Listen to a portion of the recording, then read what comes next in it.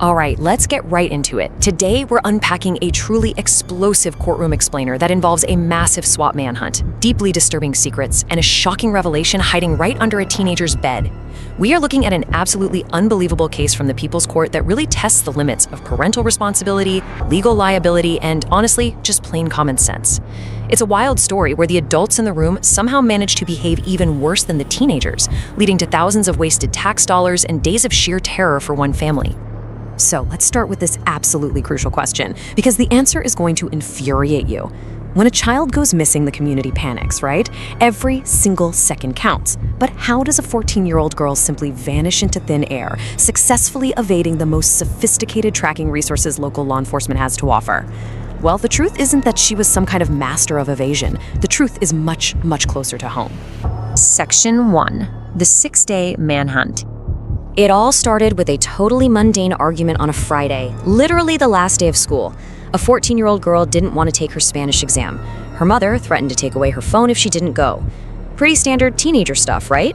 But in response, the teenager totally freaks out and physically runs away out the back door, heading toward a wooded area.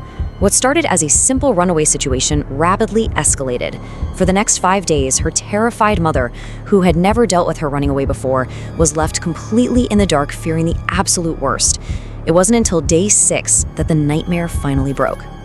To really understand the gravity here, imagine the massive stakes involved during those 6 days. I mean, this wasn't a casual neighborhood patrol.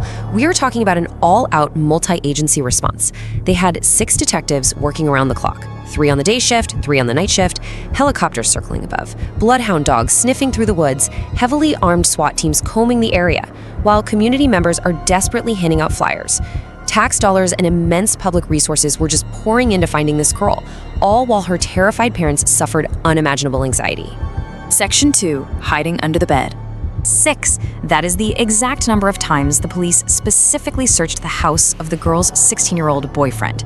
You see, the mother of the missing girl had immediately suspected the boyfriend knew something, mostly because he was the only person her daughter even spoke to. The police listened and they questioned the boyfriend, but he confidently lied straight to their faces, saying she had turned off her phone and just vanished. The detectives were actually so convinced by his lies that they told the desperate mother they didn't think he was involved at all. But just to be safe, they still searched his house 6 separate times, finding absolutely nothing. But as you might guess, the facade finally crumbled on the 6th day. The cops broke the case wide open when they confiscated the 16-year-old boy's phone and intercepted this unbelievable text message from the boyfriend to his mother. Quote, "Mission impossible, she needs to pee. Mommy, how are we supposed to occupy daddy?" Literally, the teenager was actively coordinating with his own mother to sneak the runaway to the bathroom without his father seeing. Armed with this text, the detectives didn't waste another second. They rushed right back to the house, and the reality was infuriatingly simple. After 6 days of helicopters and bloodhounds searching the great outdoors, where was she?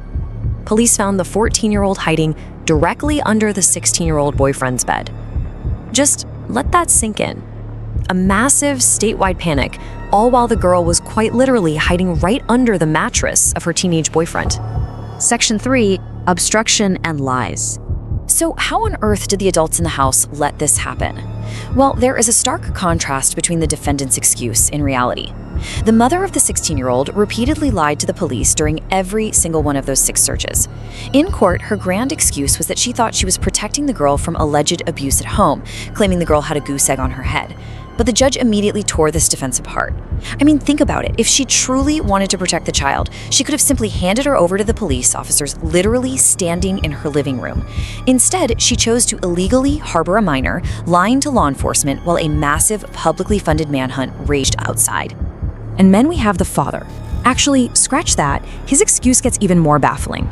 He claimed total, complete ignorance of the fugitive living in his home for nearly a week.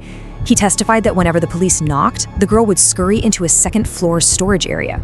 But here is the truly astonishing part. He is a certified youth therapist, yet he claimed he never goes into his son's room because it's trashed and it upsets him. The judge found it completely unbelievable that a trained youth therapist wouldn't notice his wife acting strange or realize a missing child was secretly living upstairs. The judge had absolutely zero patience for any of their excuses. She pointed out that the defendant mother's twisted idea of protection actually landed her with pending criminal charges. By choosing to play vigilante instead of turning the child over to the authorities, she faced serious consequences for obstruction of justice in criminal court, while simultaneously being sued in civil court by the traumatized parents.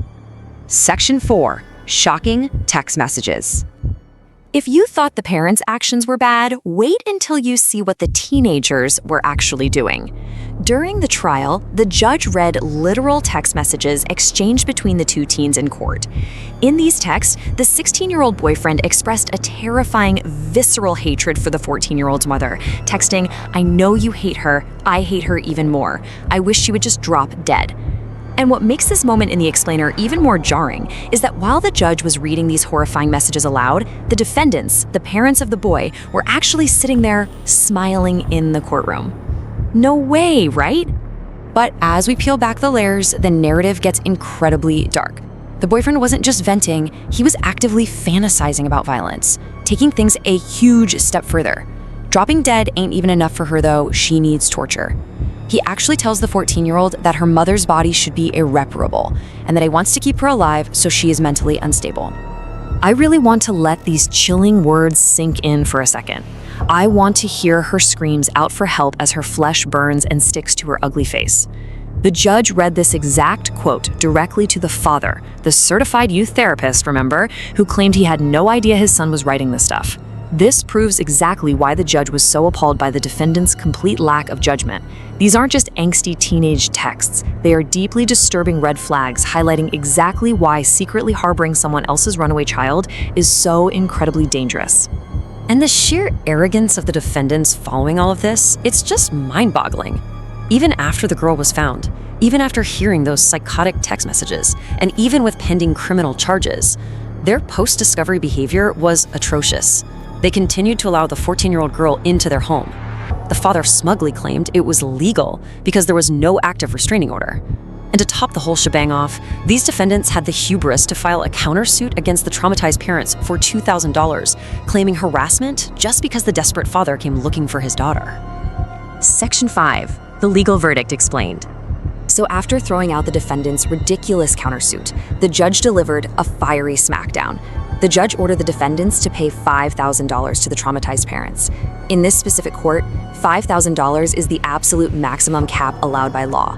The judge explicitly stated that she didn't care about the minor property the girl ran away with, like an iPhone or Ugg boots.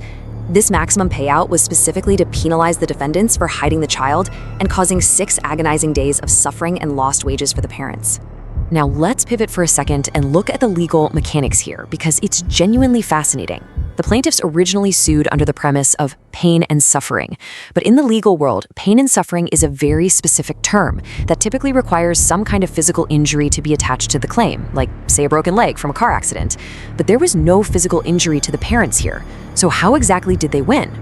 Well, the crucial point here is a very specific legal distinction.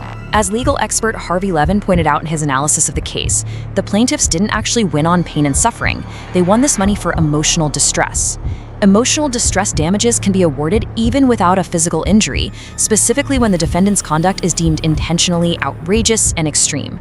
Keeping your mouth shut and repeatedly lying to the police while a massive manhunt searches for a 14-year-old hiding under your son's bed? Yeah, that perfectly fits the legal definition of outrageously agonizing conduct. This explainer really leaves us with a staggering thought to consider as we wrap up. Where should the law draw the line on parental liability for the actions and the secrets of their teenage children? In this case, the parents actively participated in the deception. But it forces us to ask, how responsible should parents be when their roof becomes a safe haven for someone else's missing child? When exactly does a teenager's secret become an adult's crime? Think about that for a bit, and we'll see you in the next one. The story you just watched is only the surface. What if I told you that the worst lies are the ones you still believe are true? There are secrets hidden in plain sight, and we are exposing them one by one. Do not lose us in the feed. Click subscribe now to Forbidden Truth or remain in the dark.